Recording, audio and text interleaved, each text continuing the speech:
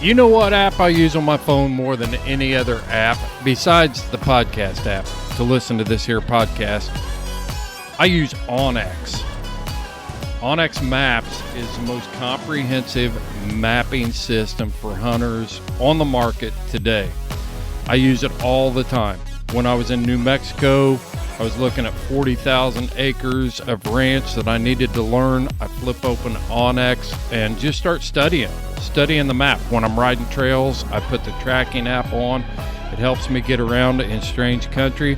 I could mark water sources, food sources, bear sign, just all kinds of options within onX. You need to check out onX Maps by going to houndsmanxp.com. Click on the link on our sponsor page. You'll go right to onX Maps, and when you check out, enter the code HXP20 and you will get 20% off of your order. Know where you stand with onX.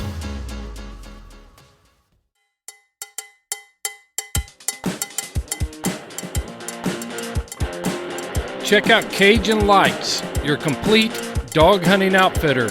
Tracking equipment, leashes, collars, dog supplies, and much, much more. You can find it all at CajunLights.com. And don't forget their outstanding lineup of lights. You can find it all at CajunLights.com. Elite nutrition products are the hottest thing on the market right now for dog and horse owners. And Houndsman XP is a dealer. You can find all their products on our website at houndsmanxp.com. Over the past 5 years, you've tuned into this podcast, and I don't take it lightly. We have built a mutual trust. And when I recommend a product, it's because I believe in it, I use it, and I'm given my seal of approval for that. I'm putting my name on that. And with Elite Nutrition products, I do trust it. I do use it. I've seen great results with their essential dogs, their pre and probiotics, their tick-borne disease treatment. It's all natural. It's a great alternative to pharmaceuticals when used appropriately. If you expect extreme performance, you need Elite Nutrition. Available from houndsmanxp.com. Well, after 2 or 3 times of her baiting on these long slips, I thought, well, I'll just let you go, and I'll show you that it's going to be, my way is better. And she would drop down, so it's maybe 60 or 70 yards to the bend. And, these are really deep washouts. These are maybe 18 feet deep with fairly tight walls in this little canyon. And she dropped down to the water, and she's wing pumping and flying, doing what Goshawks do, pump glide, and then her tail swings over, and you see this huge rudder, and the ducks pop up, and then she just flies right up their pipe, comes underneath them, up inverts, grabs them, binds them, comes down.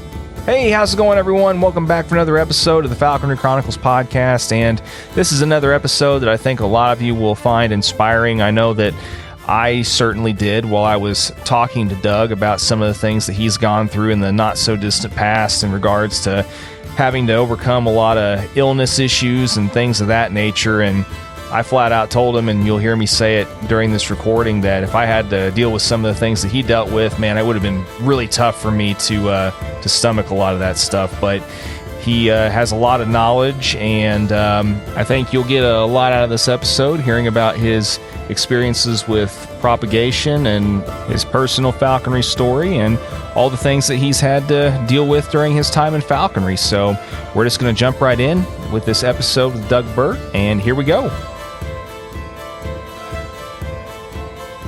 Nice to meet you, Doug. Yeah, my pleasure. It's good to meet you too. Yeah, thanks for being willing to do this. And I heard you saying something earlier about you just got done visiting the Grand Canyon. I did. Yeah, my wife and I just got back from a 5-day trip, and we hiked the South Rim and down to the canyon base and went over and walked through the North Rim, and pretty extraordinary.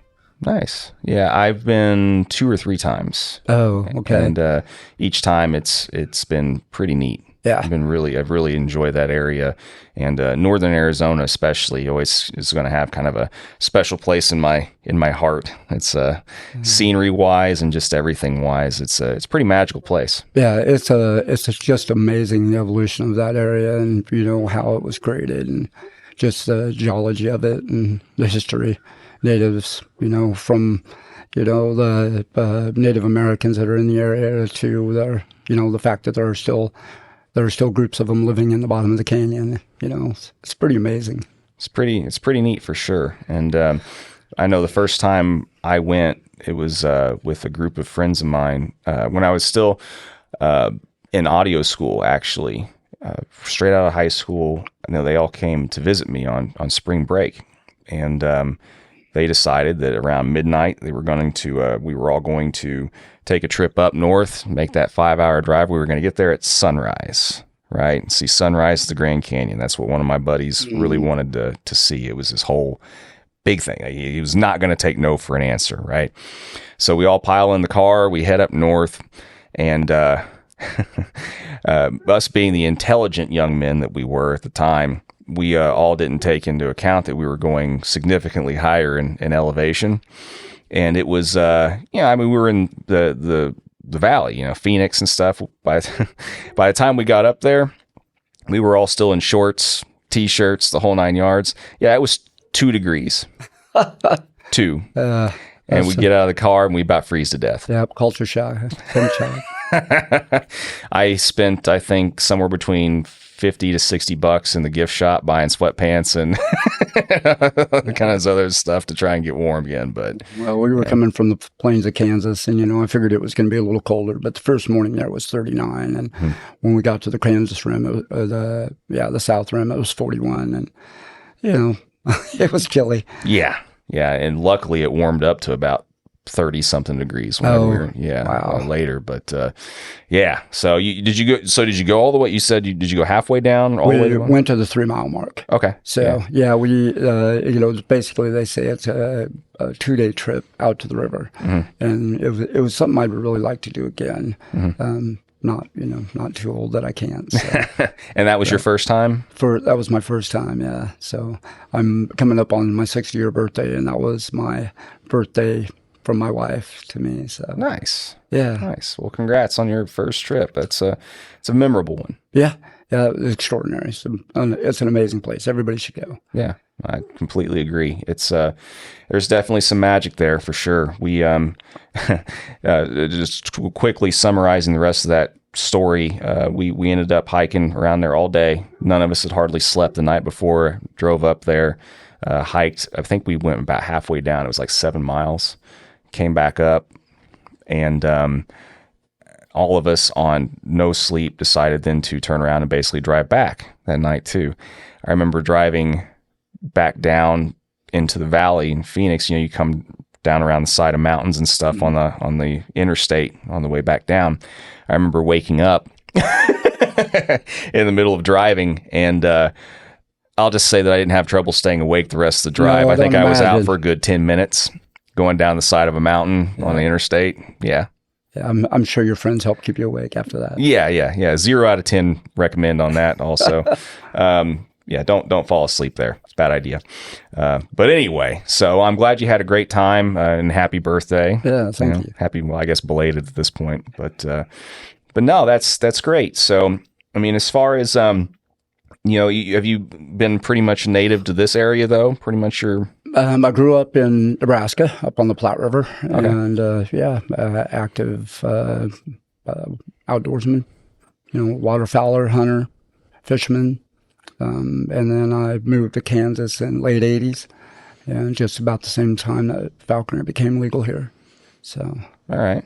So you've been in falconry now for 40 something ish years? About 33 years since I think '89. Okay. So it's late 80s and you got... Yeah, late 80s. Gotcha. Yeah, I'm always curious as to what makes people kind of relocate or transplant from one place to another. I mean, what was the particular reasoning for you wanting to relocate here? Well, from Nebraska to Kansas was a marriage, and then closer to my wife's family, and yeah. So we moved into north central Kansas back in the late '80s, and then eventually I moved down south into the the northern tallgrass prairies of. So that would have been in early '90s. So, but yeah, it's family initially, or my wife's family, and then it's Kansas. The tallgrass prairie is an amazing places to live and stay, and obviously practice falconry. So yeah, I don't really know much about that area. I don't know if I've been through there. What area specific? You don't have to give like what. So if you're looking at the a map and a picture of the state, like roughly whereabouts is. So I'm south of Interstate 70, and it's pretty much north central part of the tallgrass, the last part of the tallgrass prairie. Okay. So my wife and I have a small farm there and live in are surrounded by some pretty large ranches. So nice. It's there no company, very few neighbors. It's very sounds pretty dreamy. Remote living. Yeah. Live in a barn. Nice. Well, yeah, I mean, and I'm sure that's probably why you're more of a longwinger then, right? I'm assuming. Not longwing by nature, goshawk by nature. Oh, okay. Longwing by necessity. Yeah. And falconry is an evolution, and it has had to be for me. And originally, I'm a short wing guy. I love goshawks, and Jake and I'll talk about that all the time. But they call Persians call goshawks Kazama for a reason, and kinghawk, and they're reckless and incredible pursuit instincts, and just you never know what's going to happen. And due to an illness, and then later a change of game population, which is really what changed my focus from flying short wings to long wings. Well, and so whenever you initially, like, about how old were you then when you initially discovered falconry? Like, what was that journey like for you? 12. And I was reading a book in school, My Side of the Mountain. You're in another My Side of the Mountain guy. Everybody does it. Yeah. Old Sam Gribley, My Side of the Mountain. And, I am a country kid at heart. I hunt, I fish, I trapped, I used that money to buy my school clothes. I would drag home anything that wouldn't bite me hard enough to make me let it go. And then I read that book, and it was just an extraordinary adventure about this, young person in the wilds and alone, and, and the opportunity to have this hunting, to develop this hunting partnership with this bird of prey, this peregrine, and then of course it's a whole lot of things for him. It's company and isolation, and it's this thing can fly away anytime it wants. It doesn't have to be there. You develop that understanding that it recognizes that you're helping it, and in return, you get to watch something amazing every day. Yeah, and just pretty extraordinary. For sure. Well, and that's something that I talk to people about a lot is, obviously this is a hunting sport, and if you're not, the important thing is that you're pursuing quarry and all that kind of stuff, but. For me and a lot of other people that I know, it's not. I mean, the taking the life of something is kind of the byproduct of the pursuit and everything, but it's the pursuit and everything that happens in between that is kind of the allure. Absolutely, yeah. So. Some of the best flights I've ever had, regardless of what variety of bird I was hunting with, did not end in putting something to the bag. Yeah. It was just an extraordinary thing to see. The best of Mother Nature could offer, all of the evasive tactics that a specific game species develops, and you get and and it merges with this raptor that's designed, it's developed to hunt it in a certain way. And, you just never know. And the best flights are the ones that don't end necessarily in a capture. I couldn't agree more. There's nothing cooler sometimes than seeing rabbits do, pirouettes over your bird and seeing, like a bird on bird flight where, just that aerial dogfight that ends with whatever the quarry is, even getting away at the very end. Like you have a newfound respect for the prey base along with the bird that you're flying. Absolutely. You're almost rooting for the prey. It's just like right at the last minute they juke you, and or how many times do you get a quail with a gauze flight off the fist that how many pack rat nests do they go into, and I lost them down badger holes and in the back of all sorts of nests and holes and pipes, and they know their environment, they know all the escape routes, and it's pretty amazing how they develop all of it. For sure, yeah, and that quarry is that they have scouted out and they know where all those places are, and the thing's still alive for a reason, it's really cool seeing how that relationship works in the wild. I mean, like I said, that's the reason why I do it. I know just getting a chance to see that relationship that we normally wouldn't get to see, and not very many people in the whole world get to see, getting a chance to see that any day I want, pretty much. That, right. It's just, I know that's what does it for me. So I figured it'd probably be the same for you as well, like a lot of other people, but yeah. So, I mean, what was the exact age then, roughly, that you were able to finally pursue and get into falconry?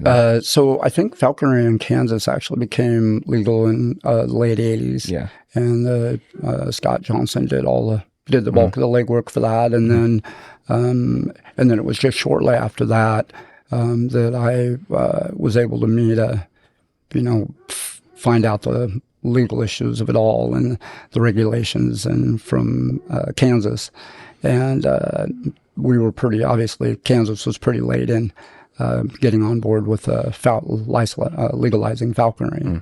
So I was pretty late, actually. I was late 80s, early 90s before I really got involved and was able to start hunting. And so it would have been I think like 89 that I actually got my first license, and then it was just red tails and kestrels, and then we evolved from that. Sure.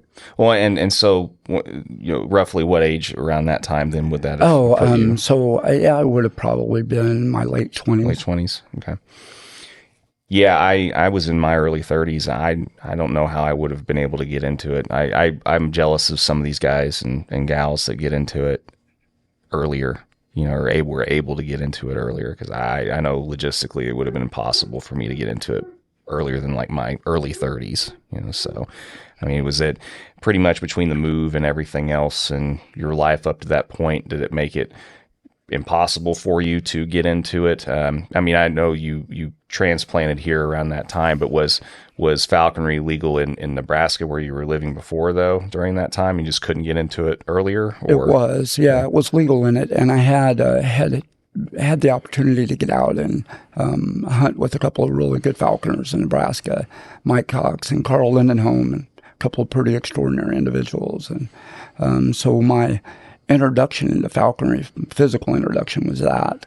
And then there was just really, once it was legal in Kansas, it was just a matter of, I'm, a husband and father and responsible for a lot of stuff, and that, we're certainly had to take precedence over something that, didn't pay the bills. It was only going to add one. And so once I was in a better financial spot, through working 3 jobs a day is not is not a good way to get to progress into falconry. So No. I had to get on the other side of that. Yeah. And so then you were able to kind of mold your work or your career and family stuff around that point then finally to so you were in your late 20s whenever you were able to kind of get to that point then whenever your career, family and stuff would allow you to finally pursue it then. Yeah, absolutely. Yeah. From that, it was just, trying to figure out how to do it and, working with my sponsor and, there's just so much you don't know until you are in it and you're walking around in it and you're like, holy, I had no idea. What did I do? And it's a great thing because, it's just full of discovery, but wow, are we stupid? Yeah. When we start, we really don't know anything. No, it's the whole green thing for sure. Just being ridiculously green. And I mean, think of how much we still learn even after being in this for several years or longer or whatever, you've had a few decades in it now, and I'm sure you probably feel the same way. Still learning all kinds of stuff. And I probably will die the oldest apprentice. So I'll only really have failed the sport when I stop being willing to learn. Yeah. No, I completely agree. I think any falconer that's really truly honest with themselves and worth their salt is going to admit that they're not going to ever know hardly anything. No. And just when you think you know everything about a certain thing, you switch a bird and then you go back to knowing nothing. Yep. Or, all the baseline stuff, but all that basic things. But the guys that are the masters of those birds have been doing them for decades. And, when they switch birds and then they're back to being an apprentice. Yeah. So very true. I've seen that with a few different guys, and I mean, myself included, I still feel like, there's still, anyway, goes without saying, but you started off the typical route that most apprentices do then, red tails, and then you said kestrels too. Red tails and kestrels, the kids loved them. Yeah. So we'd go out and catch locusts and grasshoppers and, we catch a few birds here and there, but mostly it was just that, just a great way to get the kids involved in it. And then, evolved from that. My sponsor was breeding Harris hawks. So I ended up flying a Harris hawk for a few years. And I always, we were blessed to have Tim Kimmel, who was the president in AFA for a number of years and just an extraordinary guy, very accomplished falconer, biologist. Tim was probably the significant reason for Kansas extended duck season. All you longwingers, hawk and ducks in Kansas, you have Tim to thank for that. He's the one that worked with the biologist here, that we were able to get that season. Tim was, we worked with him every year with the chickens and, helped to set up Kansas in a pretty extraordinary environment.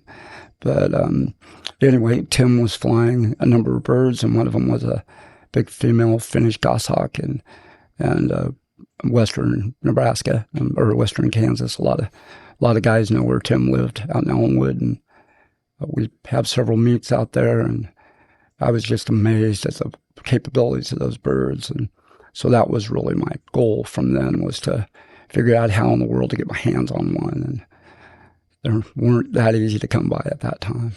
I bet not. I bet at that time there really wasn't a whole lot of people breeding them yet. Very few, and it was even harder to get anybody to help you with locating nests, and and then there's the time and vacations and the uncertainties of it all. Well, we both know that really hasn't changed a whole lot. It has not, no. It has gotten better. The more capable people you meet, the more the confidence they have in you. They are willing to share a little bit more. So. Sure, but if it were easy, it wouldn't be any fun. Yeah, for sure. Yeah, I mean, if it was easy, then everybody would be able to do it, right? Right. Yeah.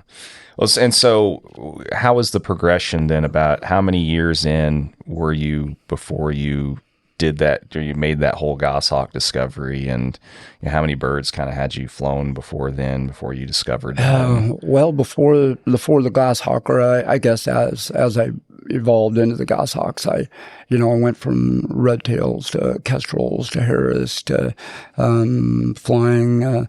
I think one imprint Chirsel coop, and then as kind of an introduction, and that was I probably learned more from that bird than I have from any other bird, just from body language and handling skills and weight management, and it's just eyes wide open at that point.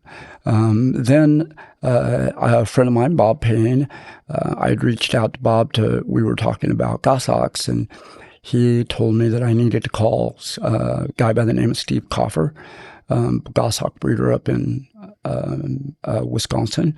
And I called Steve, and since then, Steve and I have been friends.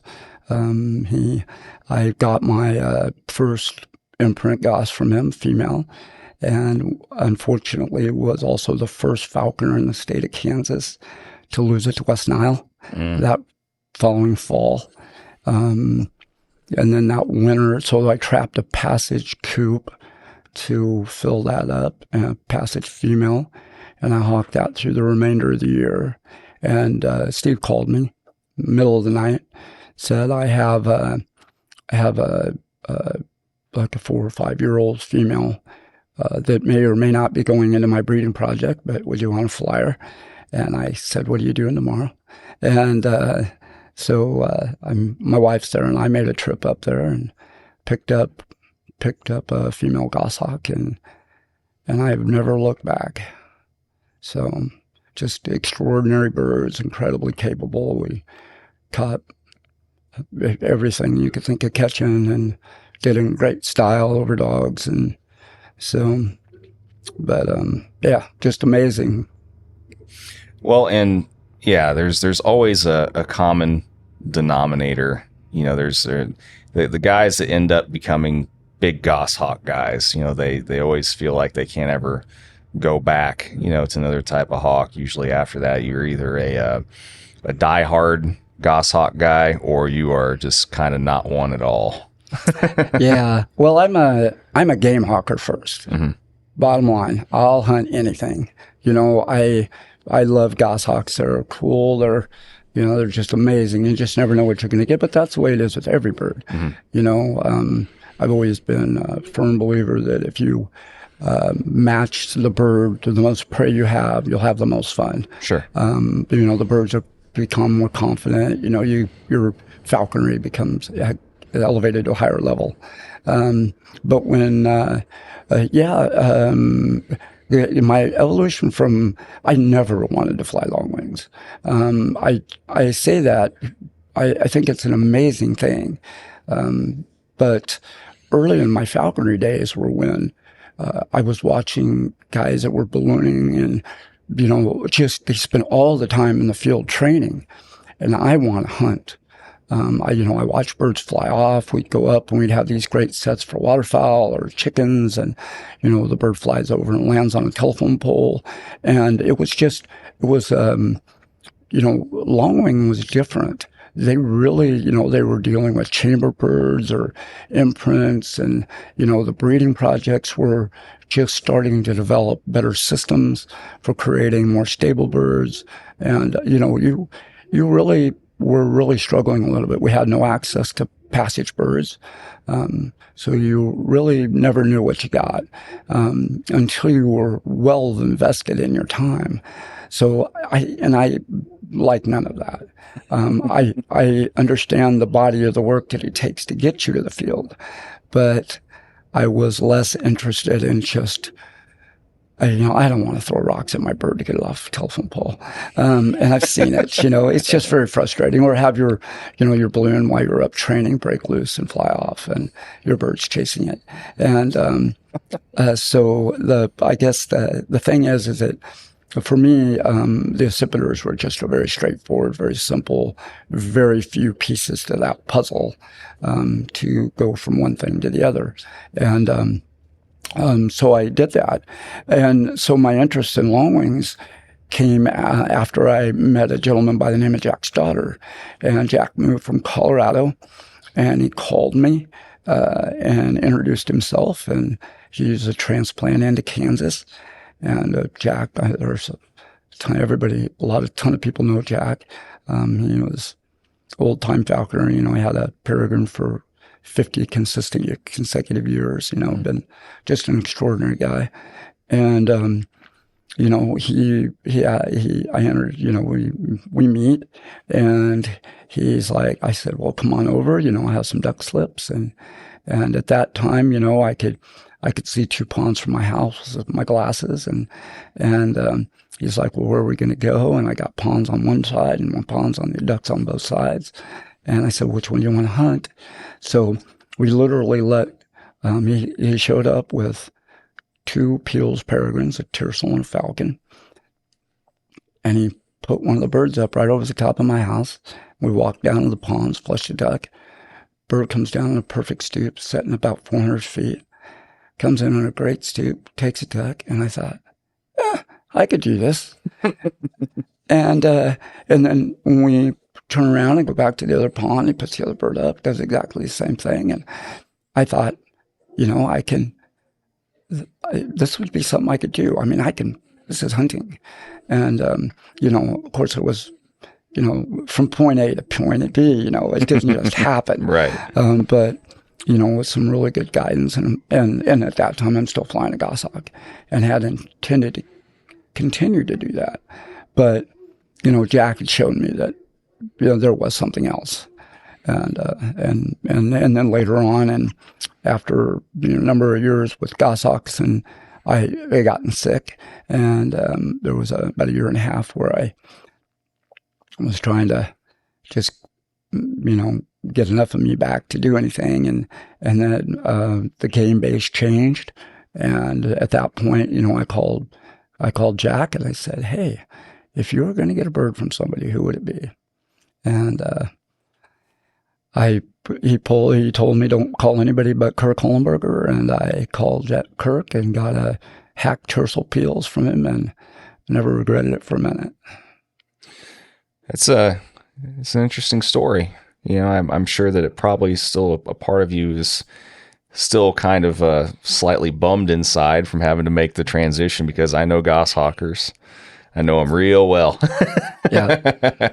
And they don't like going back from what they like. Yeah, I'm still trying to figure out how to do that.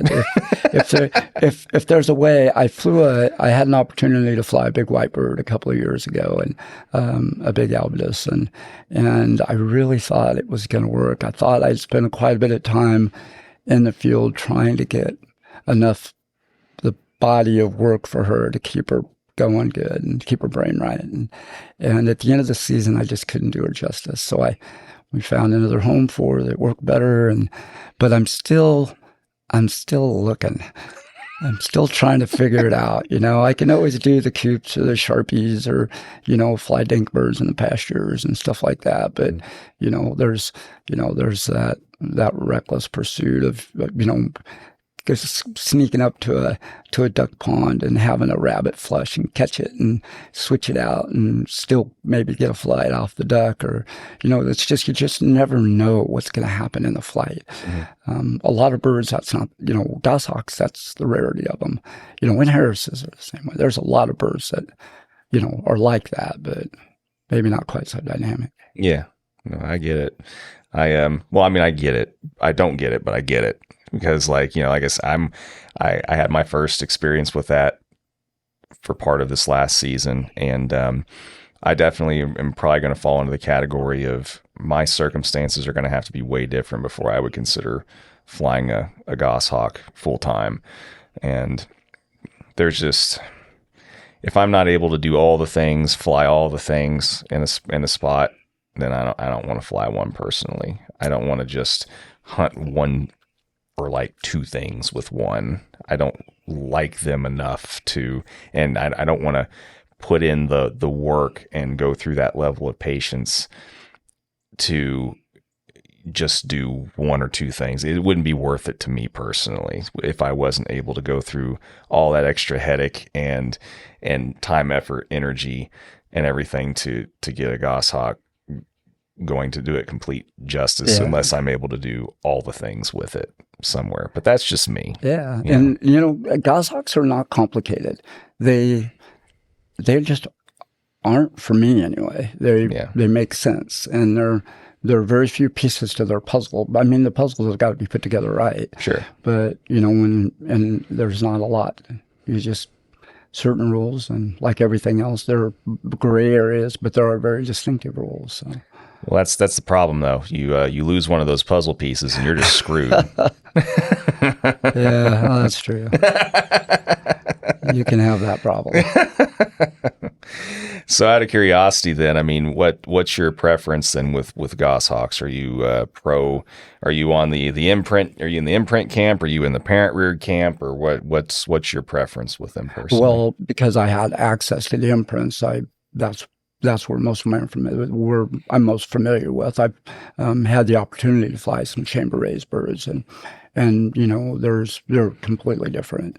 They're both goshawks, but their manners are different. Mother Nature fixes a lot of problems, and I raised parent raised, chamber raised peregrines, and there are just some people that love imprints and peregrines, but the parents teach them everything. They rarely come out of a chamber with a bad habit. And where an imprint, you can train them into all sorts of terrible things. and on the other hand, if you're good at it, it's, they're just a super easygoing bird. But that it takes a very a careful eye and a little bit and no more small amount of planning to put that bird in that spot. So yeah, but I do like imprints. I mean, I like goshawks. I'll fly any flavor. The only thing I've not flown is a passage. No access. Yeah. Well, I mean, there's people, I'm sure, that if you wanted to network enough, you could hit up to come let you do some ridge trapping or something somewhere to try and get you that first elusive, North American passage bird or whatever. Yeah, if you really extraordinary. Wanted. Yep. Yeah, I don't know. For me, like I said, I just I'm not ruling it out for myself ever again per se, but I got to be in a different situation. For me, the juice just isn't worth the squeeze where I'm at. I mean, there's guys that I hunt with all the time that are diehard goshawk guys, as people have heard me, talk about many times before. But for me personally, for me to go through the extra level of what a goshawk really takes to do it justice, in my humble opinion, I don't want to be just restricted to hunting a couple of things on a normal basis. Yep. I want to be able to do all of the things and have it readily accessible in an area and go that route. For me, it's just not worth it otherwise. And that's why I'm flying Falcons. Yep. There you go. So yeah, I figured that's what I was kind of getting at. I figured it's kind of worth the juice just wasn't worth the squeeze for you either. It's not like you couldn't fly one if you didn't at this point, but right now it's just like, well, why if you're not able to do all the things, right? Yeah, I couldn't do it justice. I couldn't give it what it deserves. Yeah. And that's the big thing, Yeah. Yeah. Well, and so then the transition to longwings for you then, I mean, what did that look like initially for you? What did you start off with? And how did that kind of evolve for you over time then? Well, I've obviously been around a lot of them. Kansas is a long-wing state. There's a lot of folks coming around from out of state, and then my my best resource was Jack, and so we worked together for quite a bit. I just got to go out and watch them handling the birds, and peregrines and goshawks are not the same birds of the same feather, not at all the same feather. So with goshawks, weight is very important, and in order to manage their their behavior and their transfers and how they respond to game and all that. And with peregrines, it's like you have to give them more weight and you want them to fly away from you, which is just totally counterproductive from any mindset that I have. So, as the bird, you're just giving birds more and more weight, and they're flying farther away from you because they're not so food dependent. And then, and you're trying to get them to go up. And there's a lot of parts to that puzzle, a lot of ways, early on, there weren't a lot of ways. There are pigeons and balloons and kites, and of course now we use drones and which has turned into be a really effective training tool. But so there were a lot of things that I had the advantage of getting a hack bird, a wild bird that already knew how to fly. It already knew what pitch was. It already it's been out hunting. It wasn't a chamber bird. It wasn't those birds you have to teach all that too. And, so it's different. The evolution is different. And, it's the advantage that we have to wild birds now is because they understand pitch and, what it takes to do certain things and how they manage the wind and weather. But for me, it was, learning a completely different set of skill sets. I bet. Yeah. Because with the goshawk, you teach it to do what that basic pursuit, catch, whatever, and then it's rinse, recycle, rinse, repeat, recycle over and over and over again. Right. It's pretty. Once you get it going, it's like you said, extremely basic and straightforward. But training a long wing to do what you want it to do and getting it to understand what you want it to do is like you said, completely different. And it's evolved. Obviously, it is a whole sport. The sport has as a whole, but training falcons with kites and balloons was tough. And you watch those guys, and they've got out 3,000 feet of line, and they're trying to get the birds at a certain pitch, and the winds are blowing, and they're inconsistent. And it was really hard to do it. Now with the drones, I can put that drone up to whatever height I want. I can, graduate the training pitch, and I know exactly where it's at. I know but I can. It's a lot easier to manage all those parts and pieces, so that bird trains a lot quicker, and it's a lot more consistent, and it's training the birds to break off of once they start climbing up to the drone and getting that pitch. And so therein lies the issue for most people, that transition part. It can be a little tricky. Yep. Yeah. It's every bird's different too. Every motivating factor is different for every bird almost. And so yeah, it's been I love to learn things. Like I said, falconry is an evolution. I've evolved into flying longwings, and I live in a tremendous area, lots of wide open country. And until recently, of course, with avian influenza and fear of waterfowl, I'm still hunting, and which is concerning, but it is what it is. So, wild birds are doing it, so I'm responsible. I'm trying to be. That probably is an oxymoron. I'm not responsible because I'm putting my bird at risk, but I'm still hunting. Well, yeah, it comes down to just a basic choice. Do you want to hunt or don't you? Right. And if that's all you got, and that's pretty much the sole, resource, sole quarry that you have available. It is really a very simple choice. You either hunt or you don't. Right. And I definitely choose to hunt. So yeah. Well, and it is what it is. There's really not much else to say other than that. You can take all the extra precautions you want and everything, but you're at the end of the day, you just have to decide to either move forward with it or not. And as far as the other aspects of all that, though, whenever has it mainly just been passage peregrines? What other types of longwings have you flown?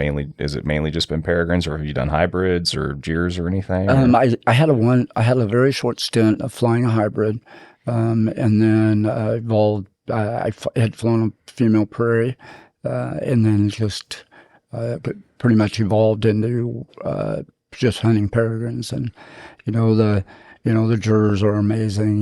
They're huge and amazing birds. And but I don't have the quarry for them. I'm not in Wyoming or Montana, and I don't have all this wide open country. Well, we do relative to Kansas, but the peregrines always just seem to fit the bill. They're tough. They'll hunt almost anything winged. They're capable of taking, sharp tails and huns and graders and lesser chickens and, waterfowl of all sizes. And, the tercels are incredibly aerial and, will manage virtually any wind that you can put them into. And, that's great fun when they're in good shape. And so that the peregrines have just kind of been what I've landed on, and I like them. I wouldn't, maybe in my future we'll fly something a little different, and in the form of a smaller peregrine hybrid, Merlin or some smaller falcon variety of that, combined with a peregrine. But that's just fun. Yeah. Now, peregrines are neat. They're neat birds. Some of those hybrids are definitely some pretty cool birds for sure. Very versatile in what they can do when it comes to other things also. And yeah, I mean, especially in a state like this, why not?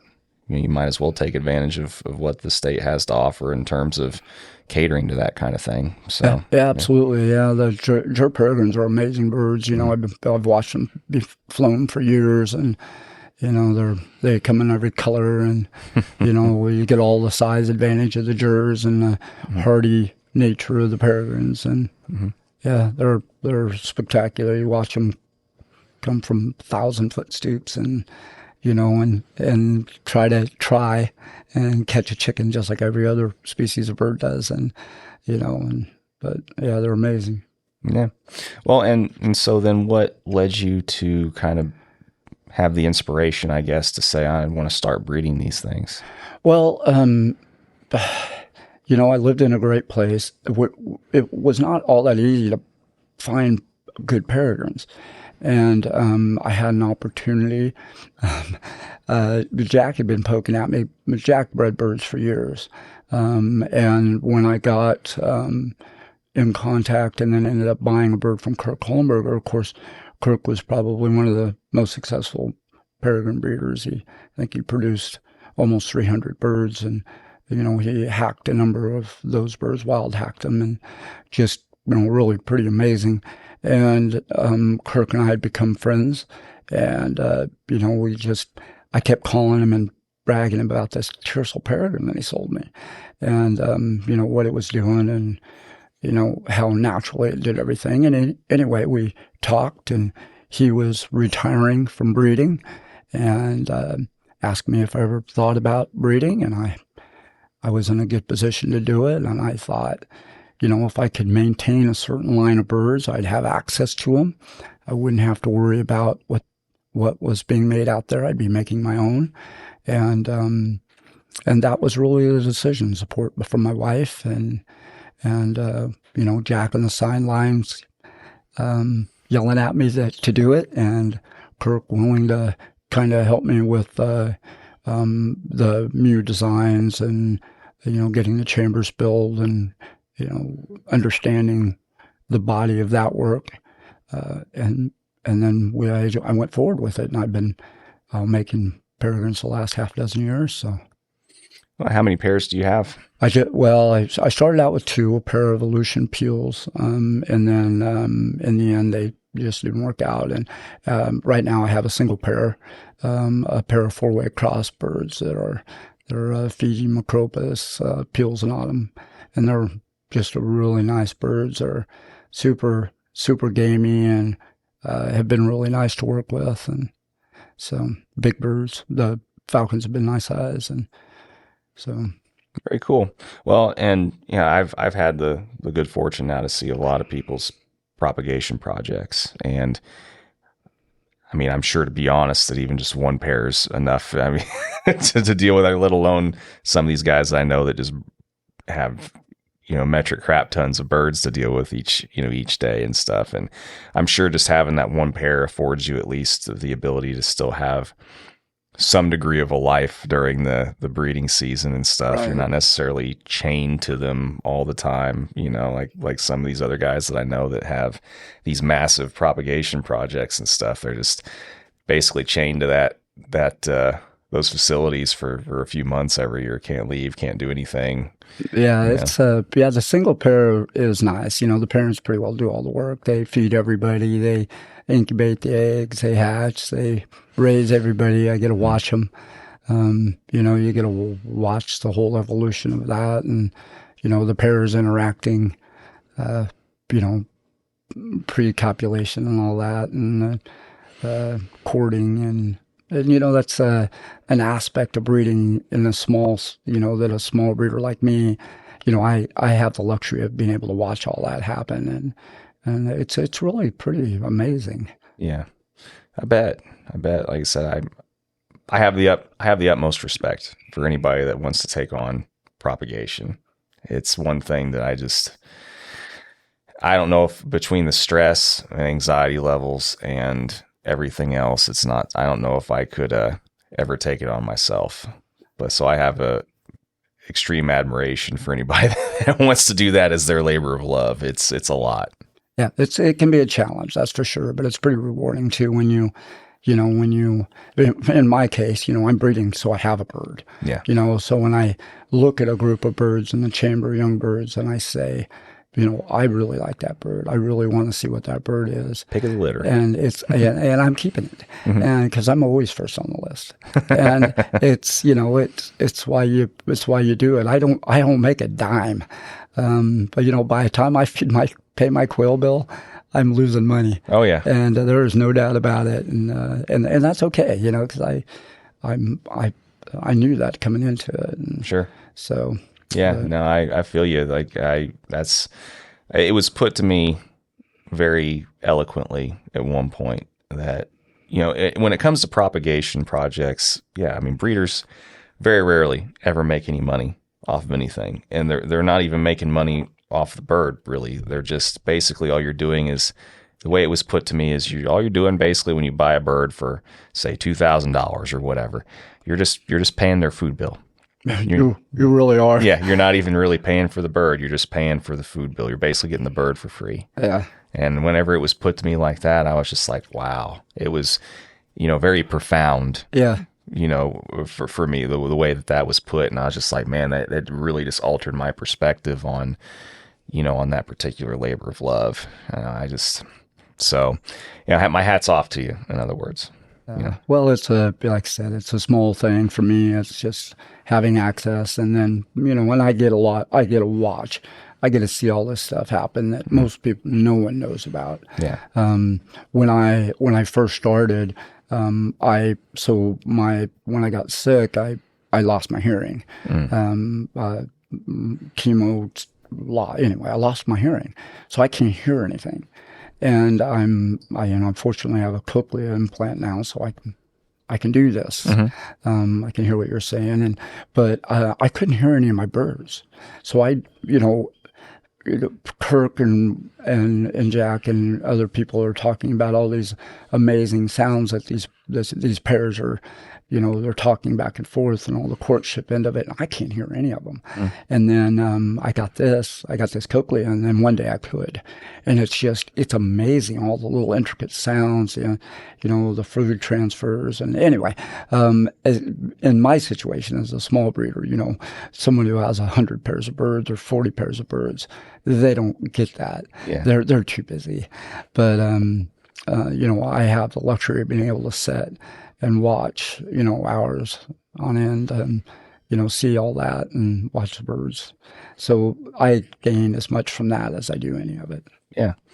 And yeah, I can only imagine, like, being an audio nerd and a musician and all this kind of stuff. Like I can't imagine, I've been asked before if I had the choice, if I had a gun to my head, I have to choose between your hearing and your eyesight.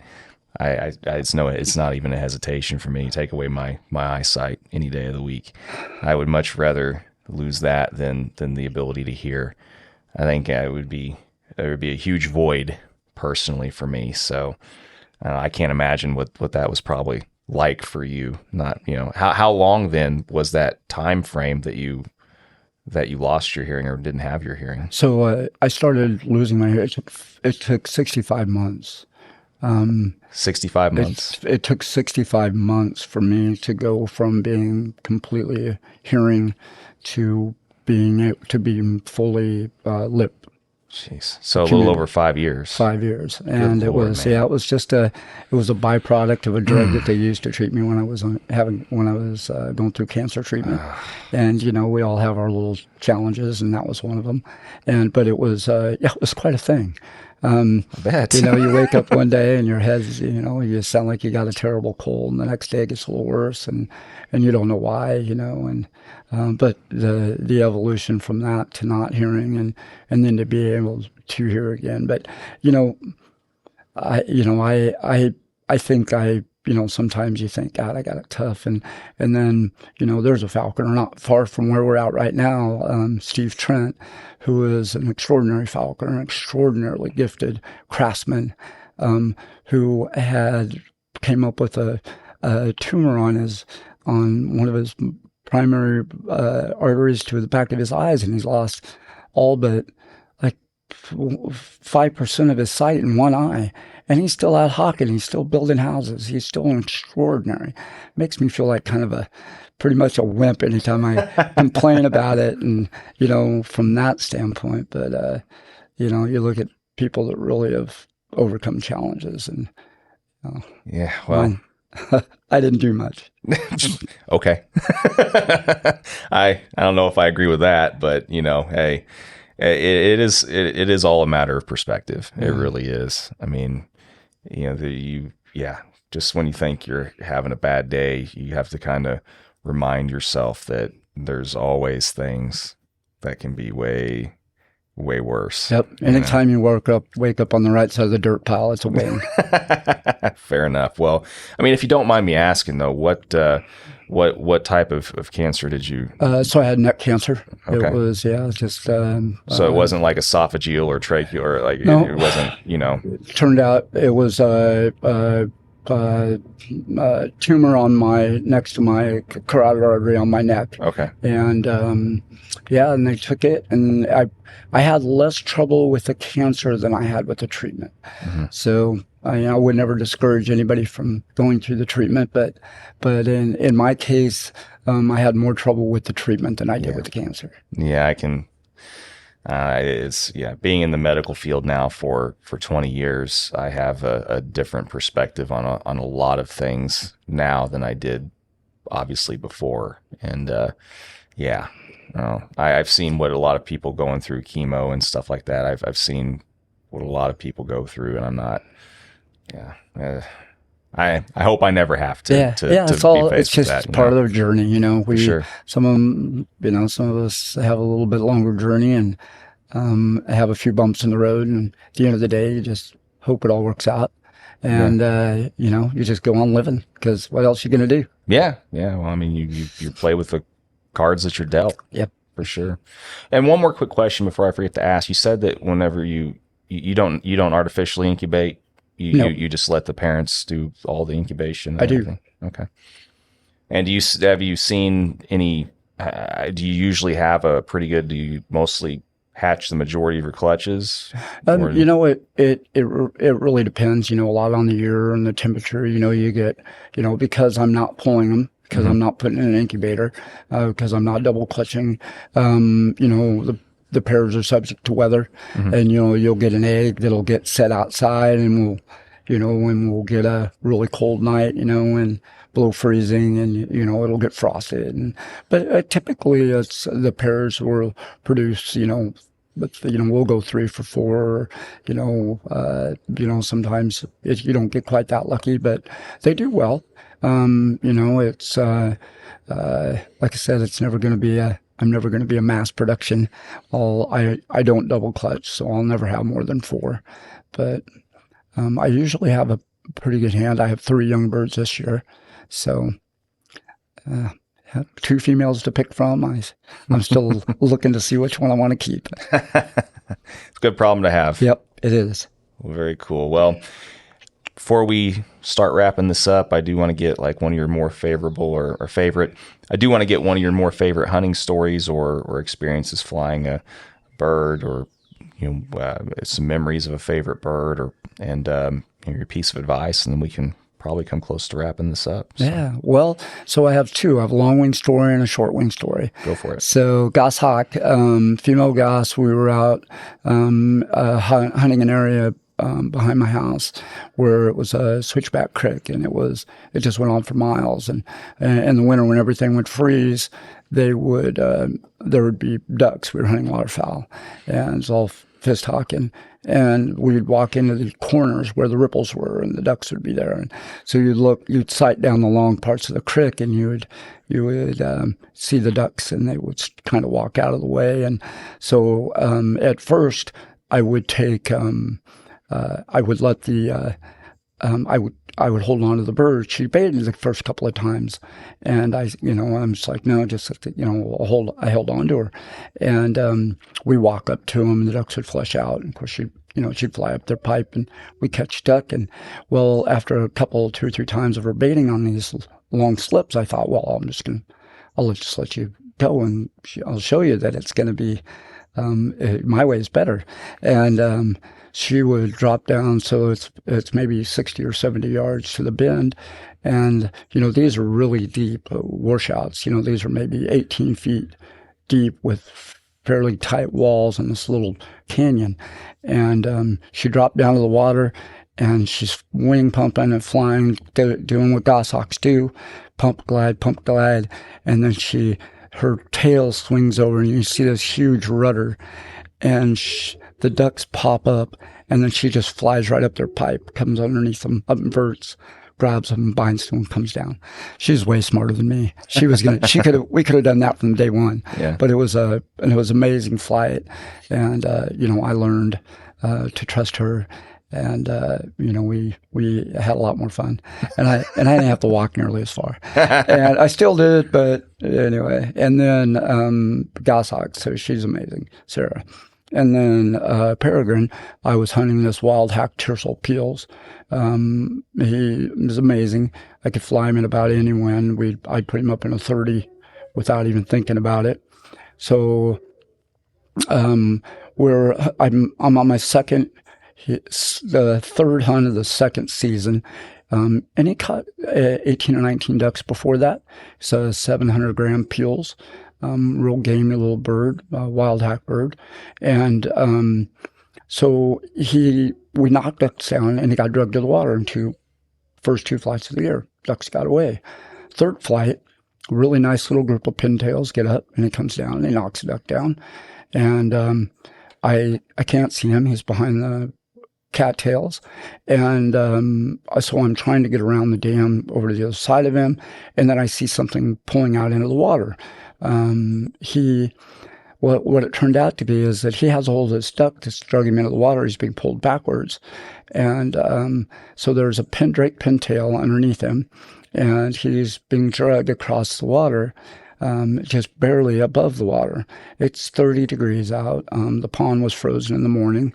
It had thawed out enough we could get ducks to set on it in the afternoon. And so he's on top of this duck, and he's not, I don't know why he didn't let it go when it took him to the water. So I'm coming up with all these ideas, and I'm thinking, I've got my lure out, which he's very responsive to, and I throw it, and he's still got a hold of his duck, and it just reminded me of a bobber with a crappie under it, and this duck would try to pull him under, and he'd go down, and all but just his head would be out of the water, and he'd wing pump up and he'd come out. Anyway, so this went on for several minutes. And then I finally decided that there's got to be some mechanical connection here. I don't know. Mm-hmm. I'm just trying to make sense of why it was happening. And so I just I'm done with this. I'm taking my boots off. I'm taking my hocket vest off. I throw my lure on the bank, and I'm stripping down to go for a swim because I'm going to go get him because he has hypothermia. Mm-hmm. At this point, he's been in the water for 10 minutes. And so I no sooner than I start doing that than I see him shrug. Well, if you have ever flown a goshawk before and he's caught a duck over water, you see him rowing the things to shore. Mm-hmm. So the shoulder shrug is the row for a bird. And so he starts to row this duck to shore. And he's a 700 gram, and this is a straight pintail, not a small duck. And so I'm watching him, and he gets about 8 or 10 feet from the bank, and I'm wondering, what am I doing standing here? So I hop in the water, and I reach underneath of him and grab a hold of this duck, and I lift it up. And as soon as I cleared the water, he flew over to the lure. He was just not going to let that duck go. And I flew that bird for another 6, 7 years, and that's how every flight was. I mean, it was amazing, just an amazing bird. Just incredibly capable, owned the sky, just never quit. And, we caught more greenheads than we did anything else, and just what he did. But that was like probably the holy grail of birds so far. They always say that every falconer ends up with one very special bird. And after that, you're just chasing the dragon, it seems. But Yep. Every bird has something amazing about them, but there's one bird that's just always amazing. Yeah. I don't even know. I hope I haven't found mine yet. I mean, it's going to be hard not to always pursue that, I think. But I think that's the heroine for most of us in all of this. Just that always just hoping that the next one's going to be that much better. That's what we all strive for. Yeah, for sure. Well, and before we close here, what piece of advice or sentiment or thought you have that you'd like to pass on and share with other falconers, current or prospective future generations, and we'll wrap this up? Well, I'd say a couple of things. One, the hardest thing to do is to be honest with yourself. So you'll be a better falconer if you can figure out how to do that. And the second thing is that our sport is pretty fragile, and so be responsible. Be a good steward of the ground, of the land you don't own, and remember that the impression that you make will fall at the feet of someone else. Very good. Very good. Well, is there any other thoughts or anything else you'd like to share or anything?